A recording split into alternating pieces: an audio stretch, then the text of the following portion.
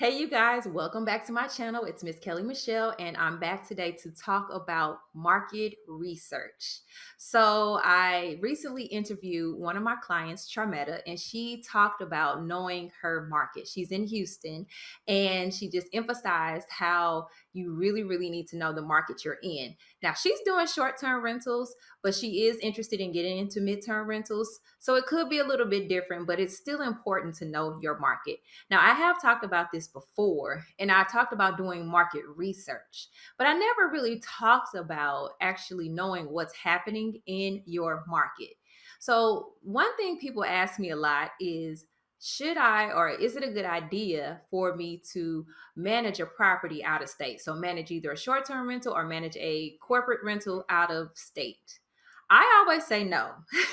I say that because I know people who have tried to do that, and it was very stressful, and it became a little bit more expensive for them to do it because they always had to pay people to go to the property to do things for them that was pretty simple, things that you normally could do on your own if you lived there. So for example, for myself, I have to go to property sometimes just to change the batteries in the electronic locks. So it's pretty simple, but it happens and I need to go do it, right? Well, I could pass that on to the guest, but I don't really want them messing with the locks too much. And I don't want anything to be broken. So I just prefer to do it myself. But if I lived out of state, that'd be something I would have to pay someone to go do. So I don't think that's necessary, right? Now, if it's something major, like something needs to be repaired that's major, then of course you would get a handyman or whoever special, whatever specialist you need to go get that repaired. But for simple things, you can normally just do it on your by yourself or on your own for free, right? All right. So, with that being said, know your market, know what's happening in your market. And I would say to live in the market that you are choosing to do business in or live close to it so that you can handle certain things that you need to handle. It's just too much of a stress and it can become expensive when you're constantly paying people to do different things, right?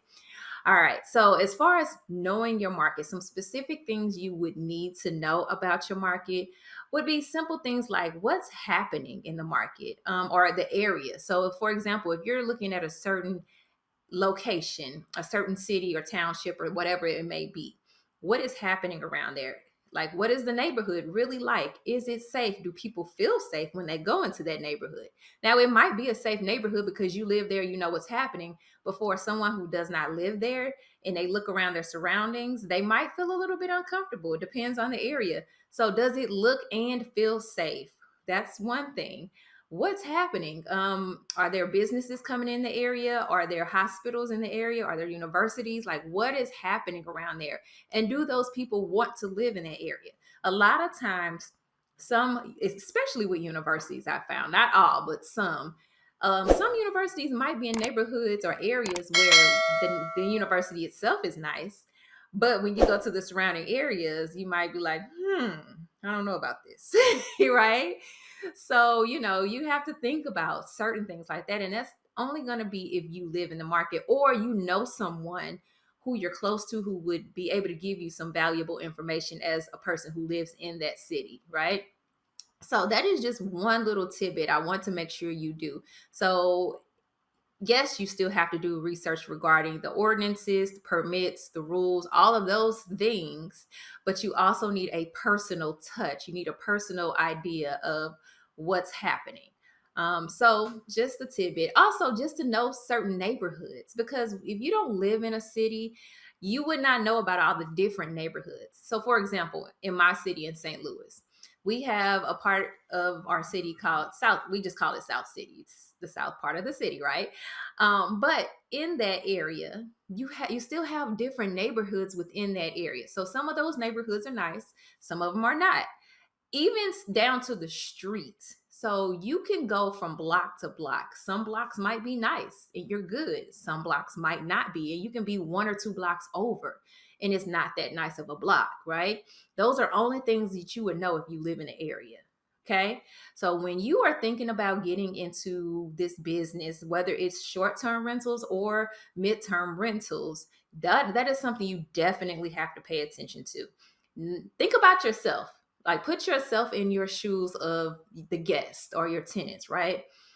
when you go somewhere and you don't know that city or that area, you want to feel safe. You want to feel comfortable. They want the same things. Okay. All right. So I just want to make sure you guys think about that when you're looking into different markets. I know there are plenty of you who are trying to get into this. You're still at the beginning stages, but I want you to make sure you think about that when you're looking for locations. All right.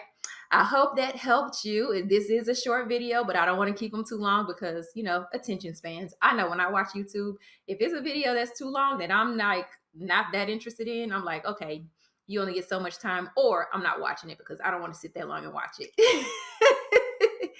So some of you might be the same. So I'm going to keep it short. All right.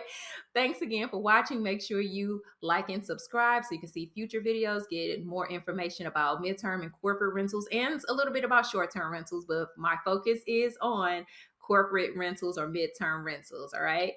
And if you want to follow me on social media, you can follow me at Miss Kellie Michele. The same name you see above, put it all together. You'll find me on Instagram and Facebook.